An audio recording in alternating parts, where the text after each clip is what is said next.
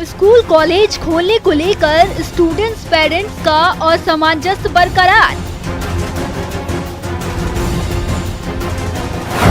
School coaching खोलने की मांग लेकिन सरकार का रुख साफ।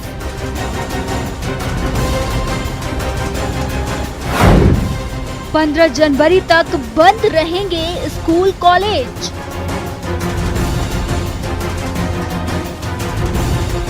उच्च शिक्षा मंत्री ने कहा गाइडलाइंस के मुताबिक खोलेंगे कॉलेज। धीरे धीरे कोरोना की परिस्थितियां सामान्य हो रही है, तो भारत सरकार की हमारी गाइडलाइन और विशेषकर राजस्थान सरकार की जो गृह मंत्रालय की जो गाइडलाइन आएगी, उसमें जैसे ही हमें निर्देश मिलेंगे कॉलेज स्कूल खोलने के, तो कॉलेज और स्कूल खोले जाएंगे। कोचिंग खोलने की मांग को लेकर आंदोलन।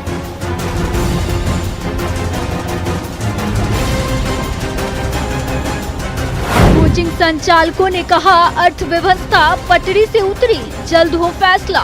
पिछले 10 महीने से जैसे कोचिंग पूरा सेक्टर जो है वो ऑफ है, आप जैसे देख ही पा रहे हैं। हम लोग यहाँ पर पढ़ाएंगे बच्चों को स्वास्थ्य का भी ध्यान रखना है और साथ में करियर का भी हमें ध्यान रखने की जरूरत है। शिक्षा मंत्री डोटासरा बोले स्कूल और कोचिंग को लेकर सरकार गंभीर।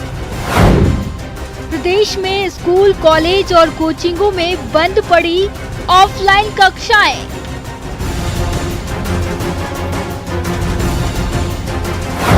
कब खुलेंगे स्कूल? नमस्कार, आप देख रहे हैं दोपहर की दो टूक। आपके साथ मैं हूं स्वप्निल। प्रदेश में स्कूल कॉलेज खोलने को लेकर असमंजस है। सरकार ने 15 जनवरी तक स्कूलें बंद रखने का आदेश दिया है। वहीं कई जगहों पर स्कूल कॉलेज खोलने की मांग हो रही है। कुछ राज्यों में ऐसा दिख भी रहा है। कोटा में कोचिंग संस्थान खोलने की मांग जोर शोर से उठी है। आंदोलन भी चल रहा है। सरकार का कहना है वो गाइडलाइन के मुताबिक फैसला करेंगे। और मेरे साथ जो गेस्ट इस वक्त जुड़ रहे हैं, आपको इंट्रोड्यूस करवा देता हूं। मेरे साथ जुड़ रहे हैं सत्यपाल ग्रेवाल जी, निजी स्कूल संचालक हैं, और लक्ष्मी शर्मा जी, अभिभावक हैं। आप दोनों का स्वागत है न्यूज़ 18 राजस्थान पर। सत्यपाल जी, आपसे शुरुआत करना चाहता हूं। ये फीस मैटर और ये सारी बातों से इतर स्कूल क्या चाहते हैं? देखिए, अब ये तो साफ है कि 10वीं और 12वीं की जो परीक्षाएं हैं वो ऑफलाइन होंगी। इसका मतलब चैलेंज सामने है, वो कभी भी मिल सकता है। बेसिकली स्कूल सोच क्या रहा है?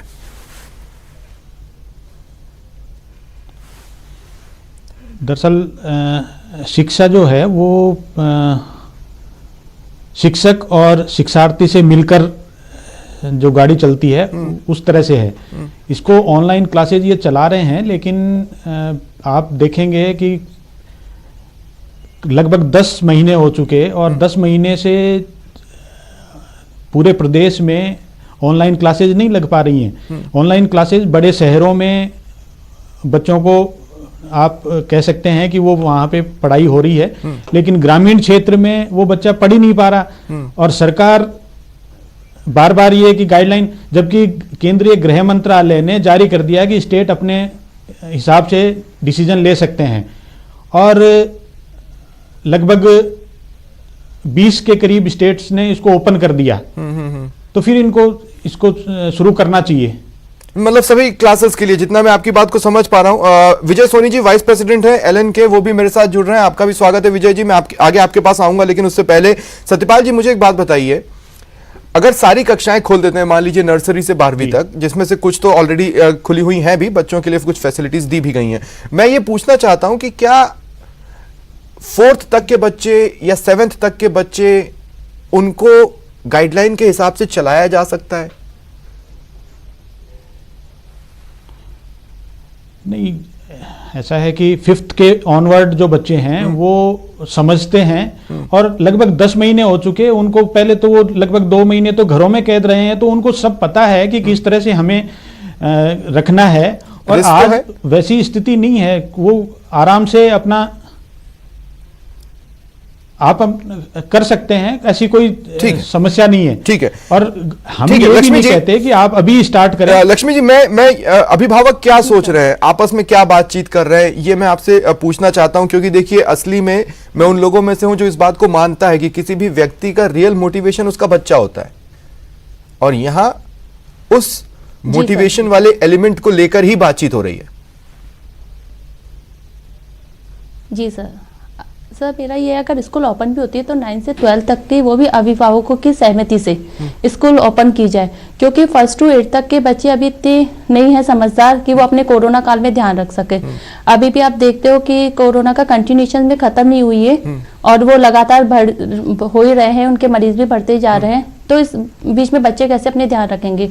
लेकिन कुछ बच्चों ने ऑनलाइन क्लास अटेंड करी है और कुछ बच्चों ने ऑनलाइन क्लासेस अटेंड पर एक अभिभावक के तौर पर आप क्या देखती हैं, क्या ऑनलाइन क्लासेस अपनी महत्ता को साबित कर पाए, वो उतनी असरदार रही? नहीं सर, ऑनलाइन क्लासेस नहीं असरदार नहीं रही। बहुत से बच्चों ने ऑनलाइन क्लास अटेंड ही नहीं करी, उनके पास गैजेट्स ही नहीं है, तो बच्चों ने बिल्कुल भी क्लासेस ऑनलाइन अटेंड नहीं करी। तो अगर स्कूल ओपन भी होते हैं तो अभिभावकों की सहमति से ही स्कूल ओपन की जाए। ठीक है विजय सोनी जी, मैं आपके पास आ रहा हूं।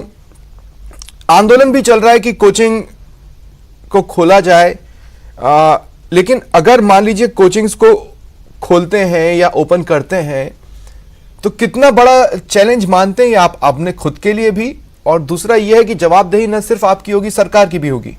एक केस और सब गड़बड़।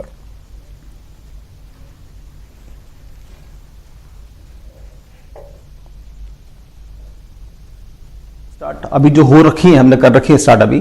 अगर ऑफलाइन स्टार्ट क्लासेस होती हैं तो ये बहुत अच्छा रहेगा स्टूडेंट्स के लिए। और जिस तरह की कनेक्टिविटी बच्चों के साथ बनती है हमेशा, जिस तरह से हम बच्चों को मोटिवेट कर सकते हैं वहां पर, जिस तरीके से हम बच्चों को समझाते हैं कि आपको किस तरह से पढ़ना होता है, जो एक personal attention each and every student बन पाता है ऑफलाइन क्लासेस के अंदर, वो तभी पॉसिबल है जब क्लासेस ऑफलाइन स्टार्ट होती हैं। ऑनलाइन क्लासेस के अंदर वो सब बातें मिसिंग है, और बच्चों का जो एक अटेंशन होता है पढ़ाई के लिए, वो काफी हद तक लगातार डिक्रीज होता चला जा रहा है। तो बहुत जरूरी है कि बच्चों की ऑफलाइन क्लासेस स्टार्ट हो। लेकिन विजय जी, मुझे एक बात बताइए, आपके लिए चैलेंज देखिए इसलिए भी बड़ा होगा क्योंकि जो बच्चे हैं वो या तो हॉस्टल्स में रहेंगे या बाहर किसी के यहाँ रहेंगे, वो रोज आना जाना करेंगे, आपस में मिलेंगे, एक डेंजर फैक्टर तो है। मैं इस सवाल के साथ आप ही के पास आ रहा हूं। आरसी चौधरी जी कांग्रेस नेता मेरे साथ जुड़ चुके हैं। आरसी साहब स्वागत है आपका, आगे आपके पास आता हूं। विजय जी बताइए मुझे।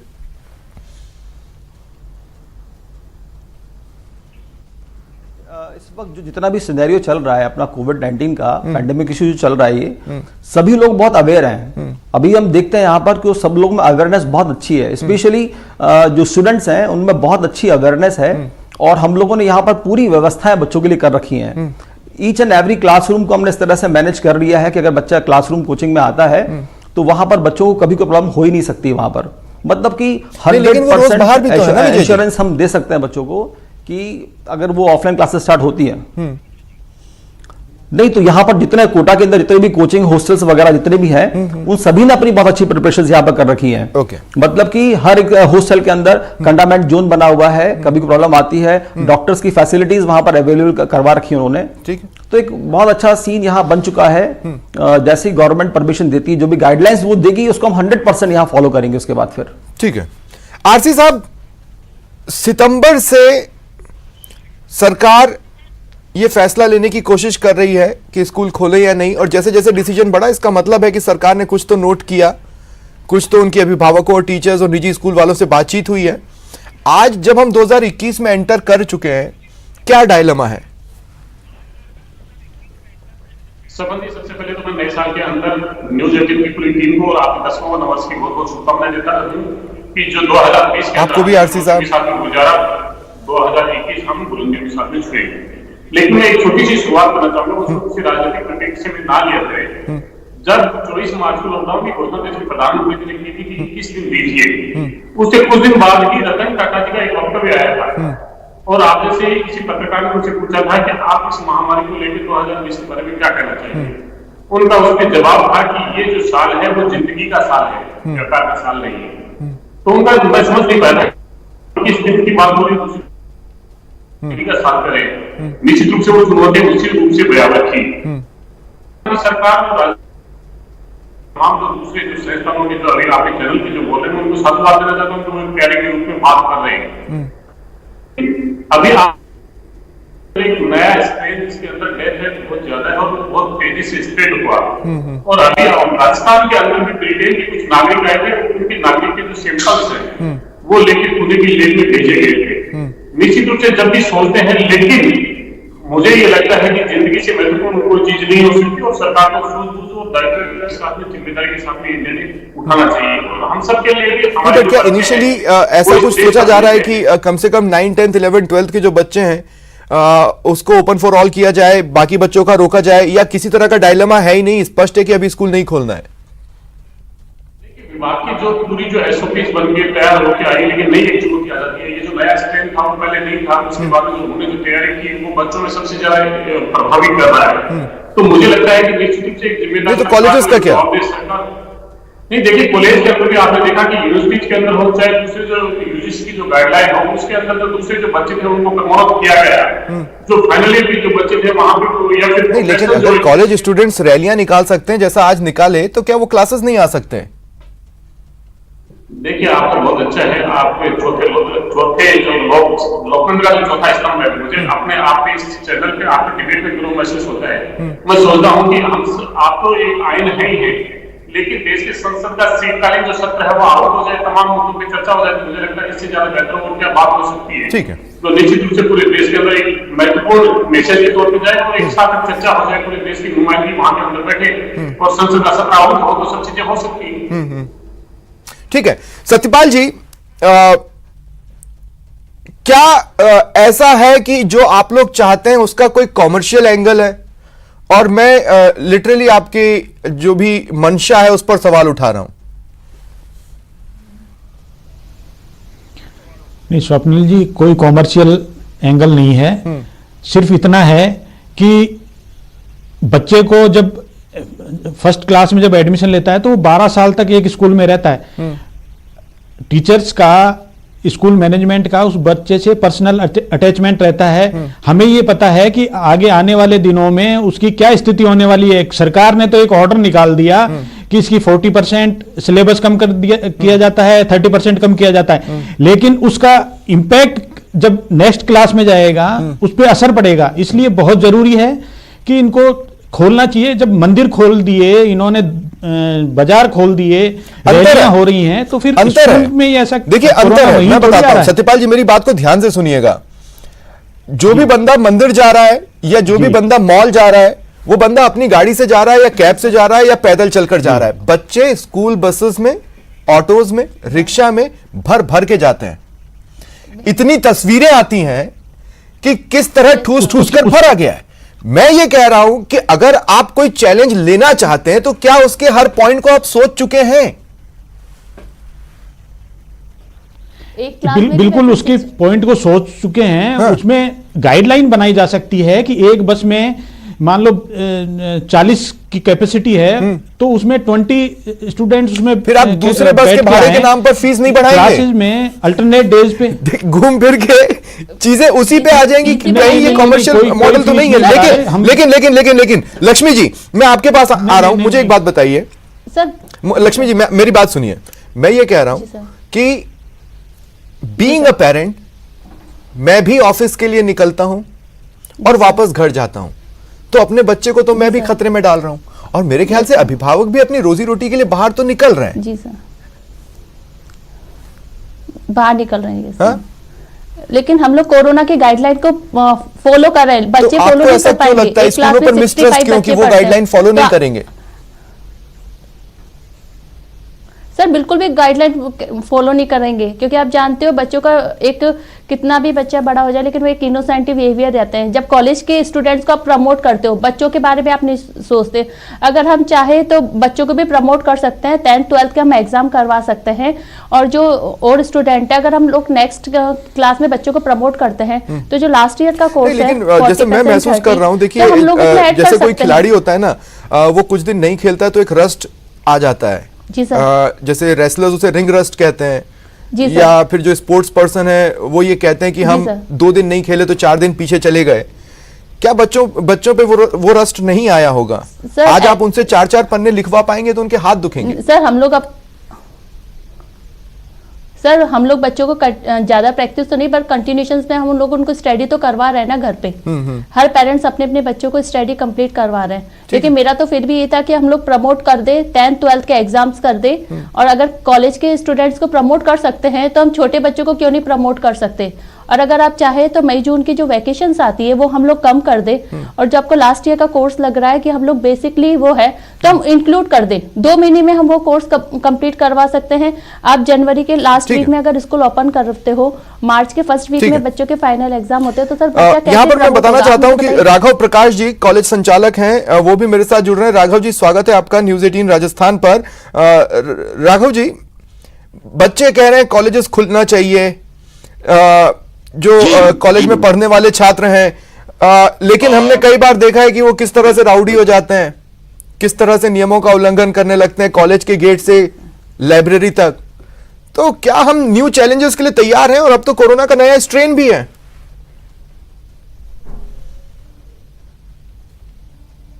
और देखिए, मैं सिर्फ इस वजह से नहीं कह रहा कि कॉलेजेस बंद हैं इसलिए कॉलेजेस में टीचर्स की स्थिति खराब है, स्कूल्स बंद हैं तो स्कूल के टीचर्स की स्थिति खराब है, इकोनॉमी खराब है। ये मेहरबानी करके कॉलेजेस और स्कूल्स को खोलने की जरूरत नहीं है। और मैं सिर्फ ये बात कहना चाहता हूं कि हमारे नए अभिभावक ने सरकार की बात मैं कहना चाह रहा हूं, मनुष्य के मस्तिष्क का विकास कैसे होता है, समाज कैसे विकसित होता है, उसमें सबसे पीछे शिक्षा को डाले हुए है। फैक्ट्रियां चल रही हैं तो ठीक है, कुछ चीजों का उत्पादन हो रहा है, लेकिन फैक्ट्रियों से ज्यादा है मनुष्य का मस्तिष्क। और उस मनुष्य के मस्तिष्क को आपने जिस तरीके से 10 महीने से कैद कर रखा है, और खास तौर से बच्चे जो सबसे अधिक क्रिएटिव होते हैं, सोचने वाले होते हैं, हार्ड उनके शब्द लिए हो गए, वो कैद जरूरी थी। और उनके लिए आपने सभी से डालते, उससे होने वाला।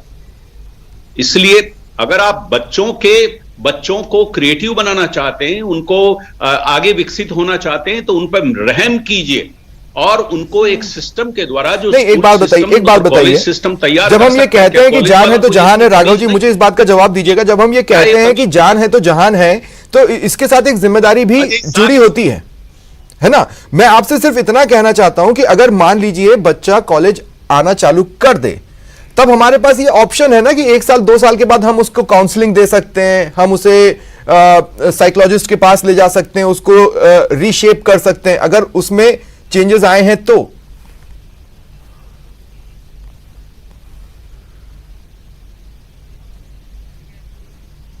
लगता है राघव जी तक मेरी आवाज नहीं जा रही है। विजय सोनी जी, मैं एक बार फिर आपके पास आ रहा हूं। विजय सोनी जी, ये बात बिल्कुल सही है कि अब कोरोना का नया स्ट्रेन, अभी तो उसको लेके बहुत सी स्टडीज होनी है, वो नया है, उसके बारे में कोई कुछ नहीं जानता। तो आप जो मांग उठा रहे हैं या आप जो कह रहे हैं, उसके पीछे कोई कॉमर्शियल एंगल नहीं है, आपकी मंशा पाक साफ है। इसे कैसे लिया जाए, कैसे समझा जाए? बिल्कुल नहीं है। देखिए, एक्चुअली में हम लोगों का जो मोटिव रहता है वो मोटिव इतना ही है कि हम किस तरह से बच्चों का और भला और अच्छा कर सकते हैं। हमारा हमेशा मोटिव यही रहता है। और इस वक्त के नो डाउट कि जो कोरोना काल चला था, इस दौरान बच्चों की स्टडीज के लिए ऑनलाइन स्टडीज बहुत बेहतर थी।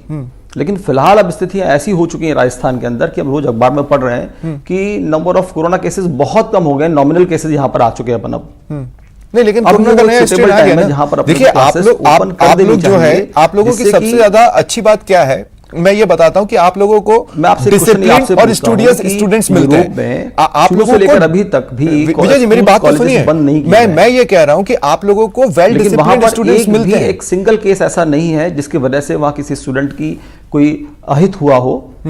तो फिर why not in Rajasthan, why not in India?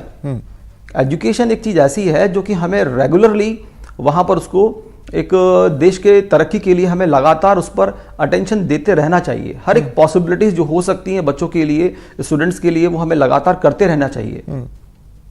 मुझे आपकी आवाज नहीं आ रही, क्या सुन पा रहे हैं आप मुझे? हाँ, मैं सुन रहा हूं विजय जी आपको। क्या आप मुझे सुन पा रहे हैं?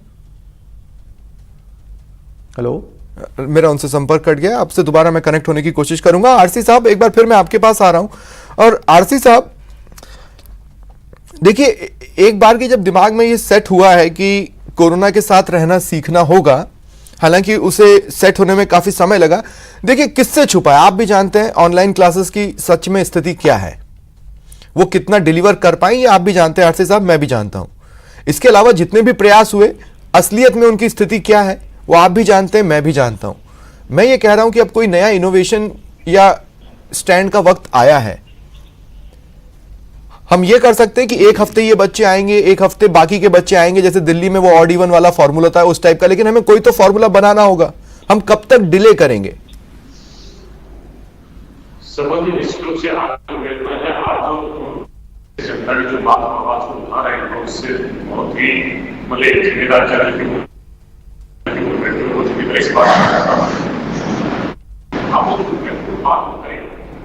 ये जो सबसे ज्यादा है वो सरकारों के बीच में है, चाहे राजस्थान कांग्रेस की सरकार हो चाहे भारतीय जनता पार्टी की सरकार हो। भारतीय जनता पार्टी का प्रवक्ता अगर इस चैनल पर उपस्थित है और तमाम बातें हम तो अभी चर्चा कर रहे हैं ऑनलाइन है, बहुत से जो बच्चे हैं गुजरात में ऑनलाइन की भी कोई व्यवस्था नहीं है। अगर वहाँ पे नेट है तो वो नेट पे उनकी एक्सेस नहीं है। जो ग्रामीण गरीब बच्चा है जो सरकारी स्कूलों में जाता है सबसे ज्यादा तो प्रभावित वो हुआ है। एग्जैक्टली। और तो इसलिए जिसका जो अंतिम व्यक्ति है, अंतिम व्यक्ति की चर्चा आप जैसा व्यक्ति कर रहा है, इसके मैं इस चैनल से बड़ा बोले कुछ महत्वपूर्ण मानता हूँ इस बात को। और ये जो दूसरे जो संस्थानों के जो लोग हैं वो भी कह रहे हैं कि हमारा इसमें कोई एंगल नहीं है, इस पर मैं साधुवाद करता हूं। लेकिन आपने बहुत से लोगों को देखा कि जो आरटी की जो फीस थी उससे लेकर भी बहुत से शिक्षकों ने जो संस्थानों की जो मुखियाओं ने धरना दिया था वो भी आपके सामने भारतीय जनता पार्टी का। वो तो देखिए 3 साल से पेंडिंग था ना, वो अपनी बात तो रखेंगे। कर रहा हूँ कि बीजेपी का साथी है वो एक बात कह दे, हम राजस्थान के जो बच्चे हैं जो सरकारी स्कूलों में जो जाते हैं जिनके माँ बाप भी अशिक्षित हैं, जो पूरी कोरोना गाइडलाइन की पालना नहीं कर सकते, और बहुत सी जो चीजें हैं, अगर जिस प्रकार से निर्मला सीतारमण जी ने बिहार में कहा था कि हम फ्री वैक्सीन देंगे तो क्यों नहीं? अरे सर मैं ये कह रहा हूं ना कि सरकार के रूप में तो आपकी जिम्मेदारी है विपक्ष को साथ लेकर चलिए। बीजेपी एक बार कह दे कि आप एक बैठक तो बुलाइए, अभिभावक संघ आएंगे, स्कूल संघ आएंगे, कोचिंग वाले आएंगे और वो अपनी बात रखेंगे। सर हम तो मिलकर यही चीज करना चाहते हैं। हम चाहते हैं कि भारतीय जनता पार्टी इस पे एक कदम बढ़ाए। जो सरकारी स्कूलों के जो ग्रामीण बच्चे हैं, जो गरीबों के जो बच्चे हैं, हम उनको रजिस्ट्रेशन दें और उनके ब्रेन की शिक्षा के लिए उनके स्थल खोलें। स्कूलें खुली हैं, टीचर स्कूलों के अंदर हैं, जीवन के लिए वो लेकिन देखिए विजय सोनी जी से मेरी बातचीत बीच में रुक गई थी। विजय जी मैं आपके पास आ रहा हूं। देखिए मैं जो उस समय आपसे कह रहा था, मैं सिर्फ इतना आपसे कहना चाहता हूं कि आप लोगों के साथ सबसे अच्छी बात यह जाती है कि आप लोगों को डिसिप्लिन्ड स्टूडेंट्स मिलते हैं या स्टूडियस स्टूडेंट्स मिलते हैं जो कोचिंग के लिए आते हैं।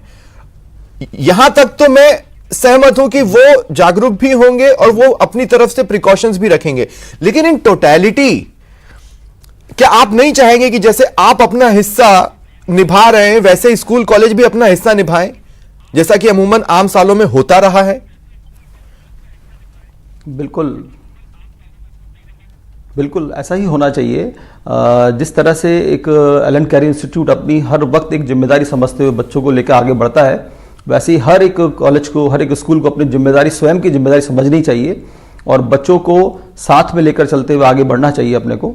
और सर मैं एक बात और कहना चाहूंगा, इस वक्त वाकई स्टूडेंट्स बहुत फ्रस्ट्रेशन में आ चुका है इस ऑनलाइन स्टडीज को लेकर। इतने टाइम से हमारे पास बहुत सारे स्टूडेंट्स हैं, सभी की ऑनलाइन क्लासेस चल रही हैं, सभी बच्चों के फोन आते हैं, मैसेज आते हैं कि सर प्लीज आप चालू करवाइए, सर कैसे भी चालू करवाइए क्लासेस। सरकारी स्कूल के बच्चों की काउंसलिंग हो पाएगी, इस बात पे मुझे बहुत ज्यादा डाउट है। और शायद लक्ष्मी जी भी मेरी बात से सहमत होंगी। बच्चों में चेंजेस आए हैं, लक्ष्मी जी आए हैं, मेंटली भी आए हैं और उनके स्वभाव में भी आए हैं, लेकिन हर कोई काउंसलिंग करवा ले जाए ये तो नहीं हो सकता, ये तो सुनिश्चित नहीं किया जा सकता। सर पॉसिबिलिटीज नहीं है, बिल्कुल भी पॉसिबल नहीं है ये चीज तो। बिल्कुल। सत्यपाल जी आप अपनी मांग के साथ इस एंगल को भी देख रहे हैं कि जो मानसिक चेंजेस आए हैं वो भी एक चैलेंज होगा? वो बहुत बड़ा चैलेंज होगा, उसके असर जो हैं आपको अगले 2-3 वर्षों में नजर आएंगे। हाँ? बच्चा एक दिन जब स्कूल नहीं आता है संडे को, तो जब वो मंडे को आता है तो वो छोटा बच्चा रोने लग जाता है। तो ऐसा नहीं है 9 महीने 10 महीने मैंने अभी 1-2 दिन पहले ये ब्रेकिंग पढ़ी, सरकार कम से कम पोस्ट कोविड स्टेट के लिए सोच रही है। एक पत्रकार के तौर पर मुझे किसी सरकार की तारीफ करनी नहीं चाहिए, किसी पार्टी की तारीफ करनी नहीं चाहिए, लेकिन वो एक वेलकम स्टेप था जो मेरे को लगा और मैं यहां पर ये बोलना चाहता हूं। इसलिए राघव साहब मैं आपसे बातचीत मेरी बीच में अधूरी रह गई। मैं सिर्फ इतना कह रहा हूं कि जब हम ये कहते हैं जान है तो जहान है, तो उसके साथ एक जिम्मेदारी होती है। आप पूरी जिम्मेदारी के साथ अपनी बात कह रहे हैं।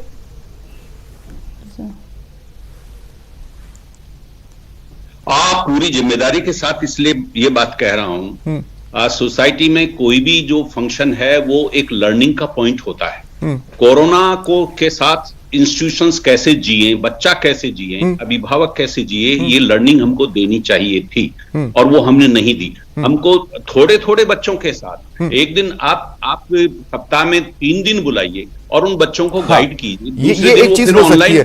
आरसी साहब, उसको होमवर्क दीजिए। देखिए आरसी साहब, लास्ट में मैं आपसे बोलना चाहता हूं कि देखिए जब इस बार 15 जनवरी तक का निर्णय है, तो क्या सरकार दूसरे पॉइंट ऑफ व्यू भी सोच रही है? और दूसरी बात यह भी कि हाँ, पोस्ट कोविड स्टेट वो हर बच्चे को अवेलेबल हो पाए काउंसलिंग के तौर पर, ये आप कैसे देखोगे, कैसे सुनिश्चित करोगे जब भी स्कूल खोलो?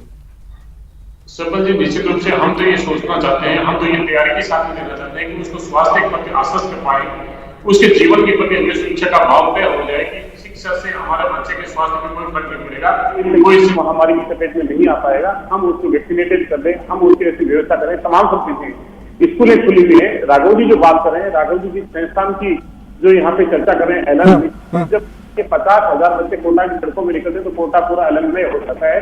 1.5 लाख के करीब बच्चे फीस देते हैं प्रति बच्चा। वो हो सकता है इस वो वैक्सीनेटेड भी होकर आ जाए, लेकिन मैं ये कह रहा हूँ कि आपकी जो आवाज है इस राजस्थान की सरहद पे जा रही है। सबकी अपनी अपनी बातें आई जरूर हैं और कभी कभी ऐसी हेल्दी डिबेट भी बहुत अच्छी लगती है। बहुत बहुत शुक्रिया आप सभी का मेरे साथ जुड़ने के लिए और बातचीत के लिए। ये थी दोपहर की 2 टूक। नमस्कार।